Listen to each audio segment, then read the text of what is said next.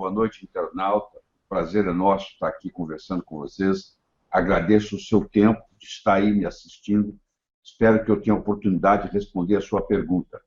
O assunto hoje é extremamente sério, é uma epidemia mundial. O Brasil está nessa parte, os Estados Unidos, principalmente, é de onde eu vou usar a maior parte da estatística que tem lá.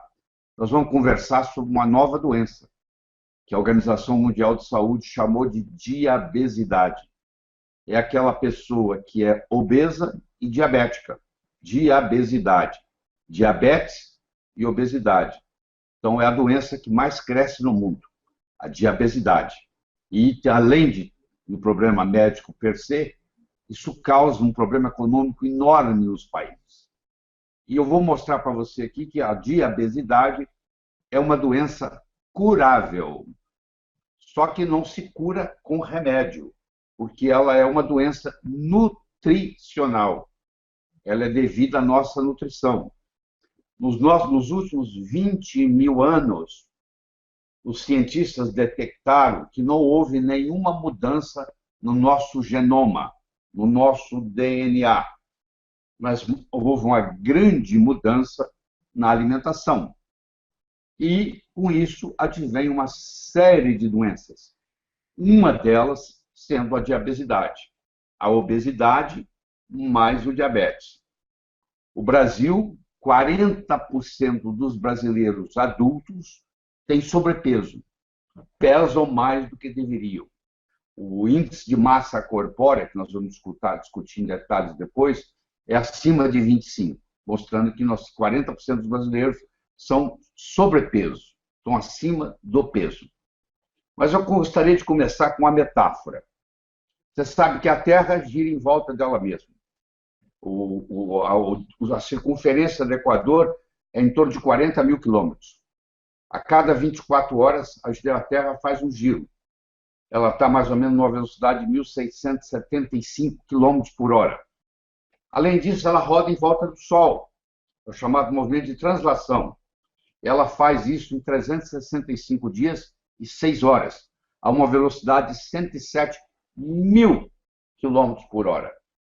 Sem contar que a galáxia láctea, onde nós vivemos, onde está o sistema solar, ela se desloca a uma velocidade de mais ou menos 810 mil quilômetros por hora.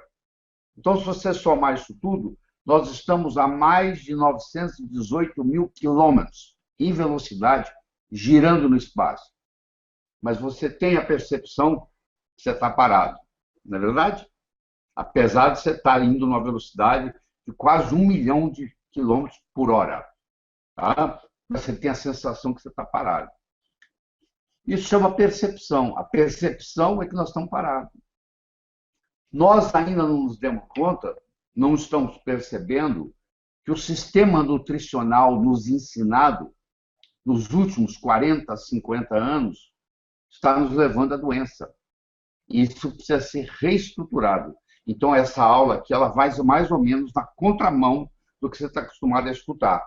Porque a alimentação que é indicada aí não está funcionando. Se você busca os Estados Unidos, que tem estatística, 1/3 dos americanos é obeso. 1/3 dos americanos tem sobrepeso. Então, só 1/3 dos americanos são, desse ponto de vista, saudáveis. 25% das pessoas americanas entre 65 e 74 anos são diabéticos.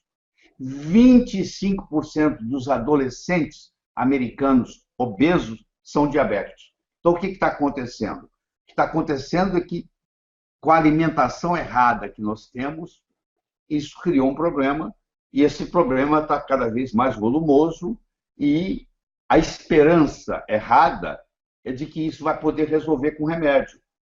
Porque você que é diabético, você está na expectativa de que o desenvolvimento científico, médico, vai trazer um remédio que você vai tomar uma pílula e está resolvido o seu problema. E não é assim.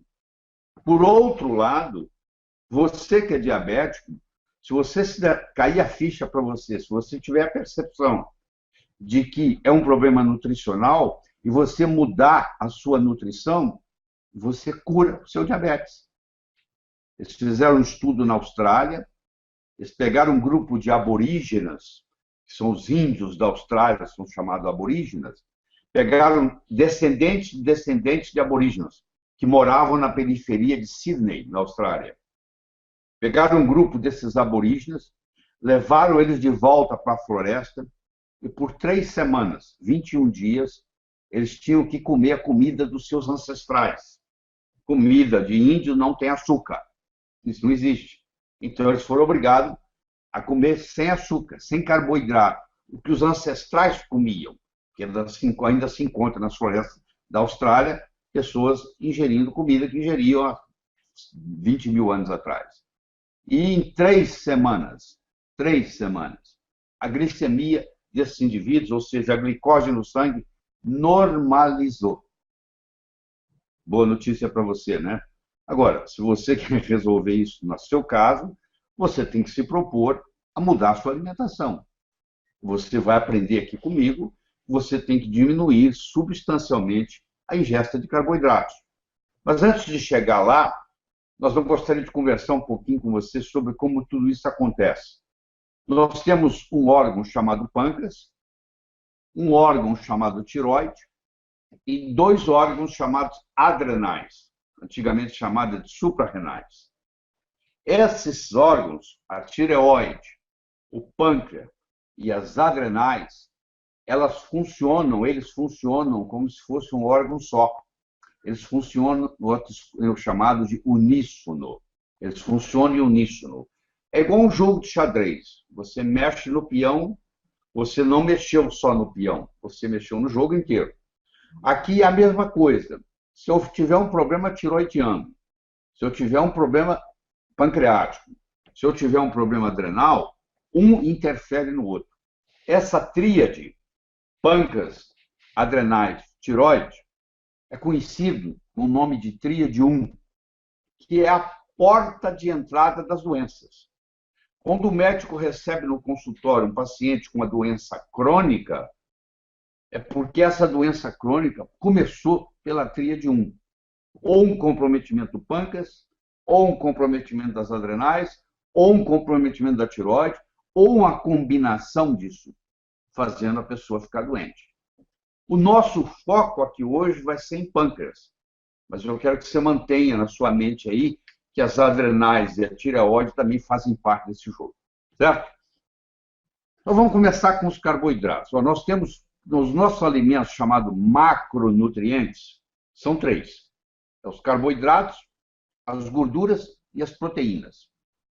Os carboidratos e as gorduras são conhecidos com o nome de alimentos energéticos. Eles nos dão energia para a gente viver. E as proteínas são alimentos estruturais. Tudo no nosso corpo é feito de proteína. Seus ossos são feitos de proteína, a sua pele, o seu sangue, os seus músculos, são estruturados em proteína. Proteína não é um bom alimento para gerar energia. Para gerar energia, você tem carboidrato e você tem gordura. O paciente que é diabético ou pré-diabético, porque muitos pacientes nunca chegam a ser diabéticos, ficam na área pré-diabética, mas têm comprometimento do mesmo jeito, água mole em pedra dura, tanto bate até que fura, ou seja, se eu sou pré-diabético, 2, 3 horas depois que eu almoço, 2, 3 horas depois que eu janto, esse aumento de açúcar no sangue durante esse período vai provocar um fenômeno chamado glicação. Você já na sua cozinha, você já colocou o leite na panela, já colocou o açúcar e já começou a misturar e esquentar e fez uma caramelização. Você fez um tipo de caramelo. Pois é, a temperatura nós já temos, nós somos animais de sangue quente, 36,6. A hemoglobina é uma proteína que está circulando no sangue, carregando oxigênio, é o carregador de oxigênio. E aí, se eu faço uma ingesta muito grande de carboidrato no meu almoço ou no meu jantar, aumento da glicemia, da glicose no sangue, a glicose se junta com a proteína e com o calor do corpo e forma uma proteína, uma hemoglobina glicada. E essa hemoglobina agora glicada, ela virou um ferro velho. Ela agora não carrega oxigênio mais.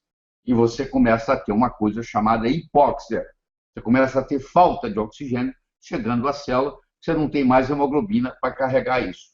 Tá? E se sobrar glicose, ela é armazenada no fígado e nos músculos na forma de glicogênio. Então, e nesse processo, quando você ingere a glicose, você tem que fazer uso da insulina, que é o grande vilão da história aqui hoje. É a insulina. O problema não é a glicose aumentada, não é o açúcar aumentado no sangue. É que o açúcar aumentado no sangue aumenta a insulina. A insulina aumentada cria resistência. Vou fazer uma analogia para você.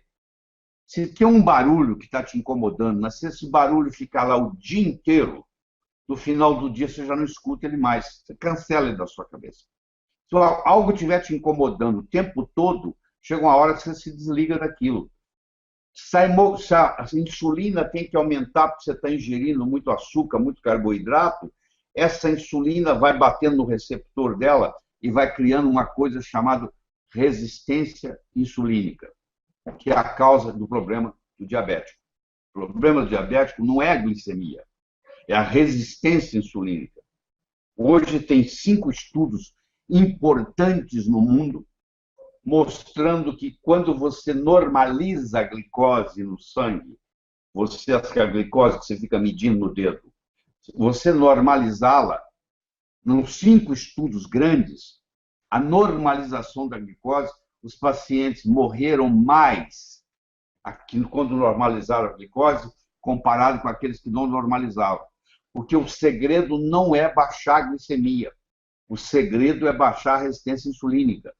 E para baixar a resistência insulínica, eu tenho que mudar a minha alimentação. Eu tenho que ir de uma dieta rica em carboidratos para uma dieta rica em gordura. Eu sei que quando eu falo essa palavra, você provavelmente pode pertencer a um grupo chamado, que eu chamo de gordurofobia. Você tem medo da gordura. Primeiro, porque erradamente você pensa que gordura aumenta colesterol. Primeiro, que colesterol não é gordura. Pá! Colesterol é um álcool. E segundo, o colesterol não é feito de gordura. O colesterol é gerado a partir de carboidratos. Tem nada a ver com gordura. Então, o pão que você come, a massa que você come, o doce que você come, além de aumentar a insulina, causar resistência insulínica, levar você a um quadro de pré-diabetes ou diabetes, ele também está aumentando o seu colesterol.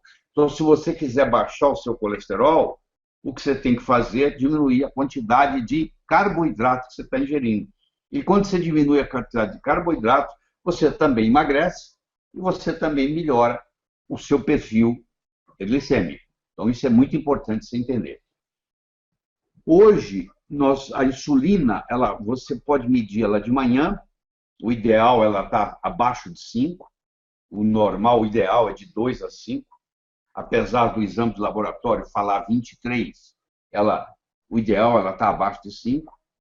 Quanto mais baixa ela tiver, até 2, é o ideal. Para baixo de 2 já não é ideal. Você deve conhecer pessoas extremamente magras, que comem o que querem e não engordam. Muitas dessas pessoas têm o contrário, elas têm deficiência de insulina. Elas nasceram geneticamente com um gene que diminui a produção de insulina. Então, elas têm insulina de menos. E quem tem insulina de menos não consegue engordar. Quem tem insulina de mais, engorda. Toda pessoa obesa tem níveis de insulina altos. A insulina é um hormônio lipogênico. Ele engorda. Tá? Então, você tem a insulina basal, chamada basal, que você mede na parte da manhã, em jejum, depois de 8 horas, não é depois de 12. Muita gente faz o exame errado de sangue, porque a glicose e a insulina tem que ser medido com 8 horas de jejum. Se você mede com 12 horas de jejum, o resultado já não é válido, porque é claro que você vai passando mais tempo sem comer, a glicose vai baixando, e você pode pensar que a sua glicose está normal, e na realidade você ficou 12 horas sem comer. Então, isso aí é uma glicemia de 12 horas, não é uma glicemia de 8 horas. E todos os parâmetros fornecidos pelo médico para você são de uma glicemia de 8 horas. Então, a próxima vez que você for medir a sua glicose no sangue e a sua insulina no sangue, você tem que fazê-lo, levando em consideração 8 horas.